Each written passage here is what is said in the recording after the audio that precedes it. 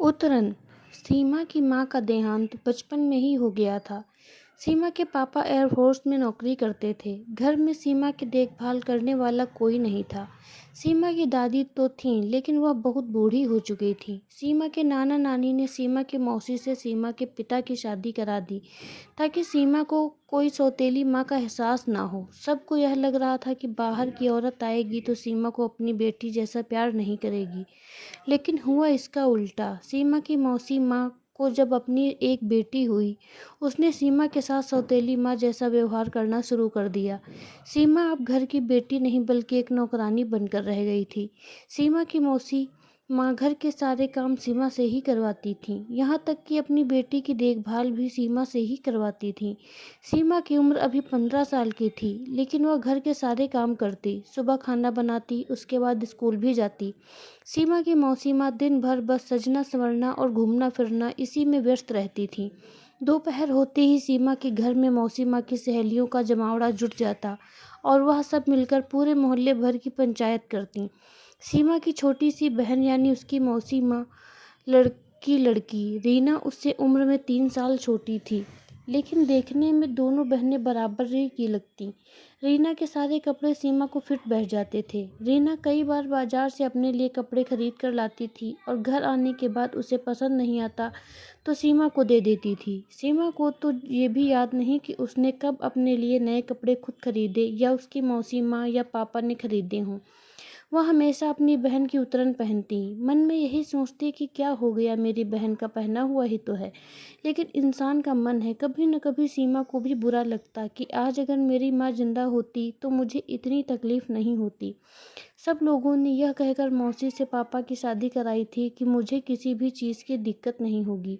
सीमा को ऐसा लगता था कि अगर उसके पापा किसी दूसरी औरत से शादी करते तो वह भी शायद इतनी तकलीफ न देती जितनी उसकी मौसी माँ देती हैं। कई बार तो सीमा की दादी सीमा का पक्ष लेकर उसकी मौसी माँ को टोकती भी थी कि बच्ची से इतना काम मत करवाया करो, कुछ काम खुद भी कर लिया करो।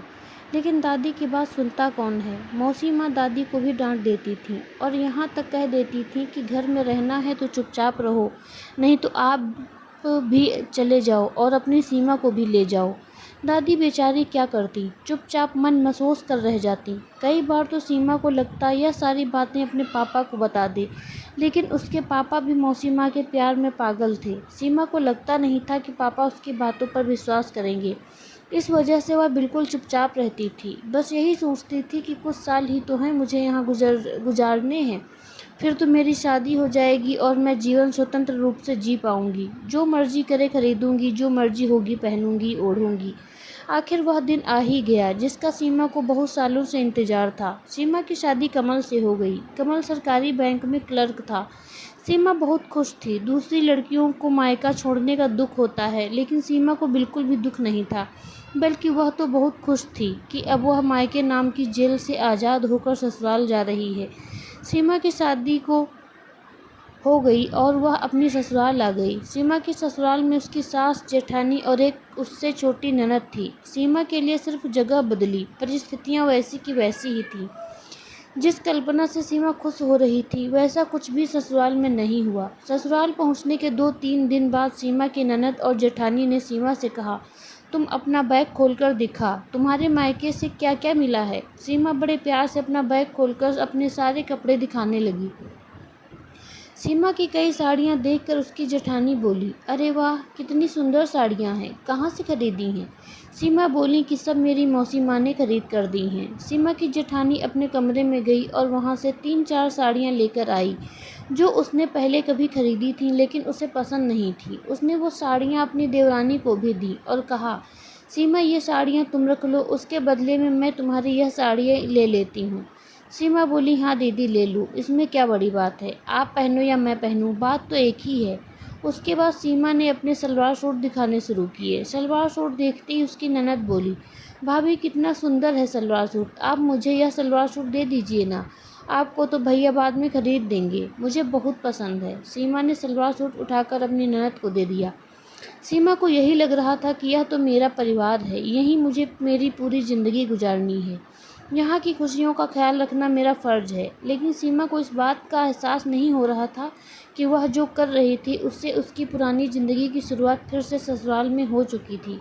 धीरे धीरे समय के साथ पूरे घर की जिम्मेदारी सीमा को ही दे दी गई। अब सीमा को लगने लगा कि मायके और ससुराल में ज़्यादा अंतर नहीं है।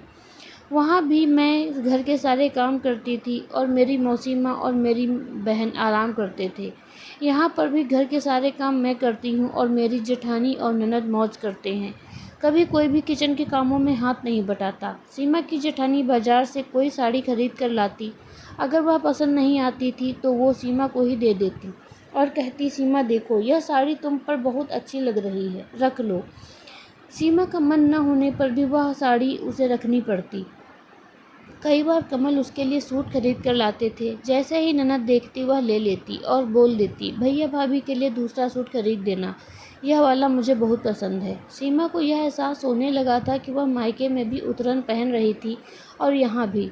शादी से पहले वह सोचा करती थी कि शादी के बाद उसकी खुद की ज़िंदगी होगी, जो मर्जी होगी वह करेगी और जो पहनने का मन करेगा वह पहनेगी। लेकिन यहाँ तो ऐसा कुछ भी नहीं है। बदला है तो बस रिश्तों का रूप। वहाँ मासी माँ थी, यहाँ पर जेठानी है। वहाँ बहन रीना थी तो यहाँ ननद है।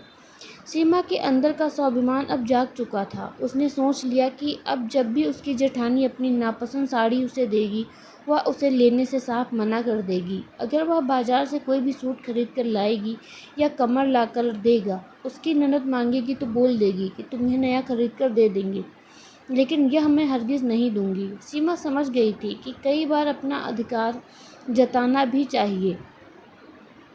अगर आप अपने अधिकार को ऐसे ही बांटते फिरोगे तो कोई भी उसे हक समझ कर ले लेगा। दिवाली का त्यौहार आने वाला था। उसके पति सबके लिए कपड़े खरीद कर लाए थे। सबको बुलाकर कमल कपड़े दे रहे थे। भाभी, यह साड़ी आपके लिए और यह सीमा तुम्हारे लिए। अपनी बहन के लिए उसने एक अच्छा सा सूट खरीदा और अपनी माँ के लिए भी एक अच्छी सी साड़ी। सीमा की जेठानी को सीमा की साड़ी ज़्यादा पसंद आ रही थी।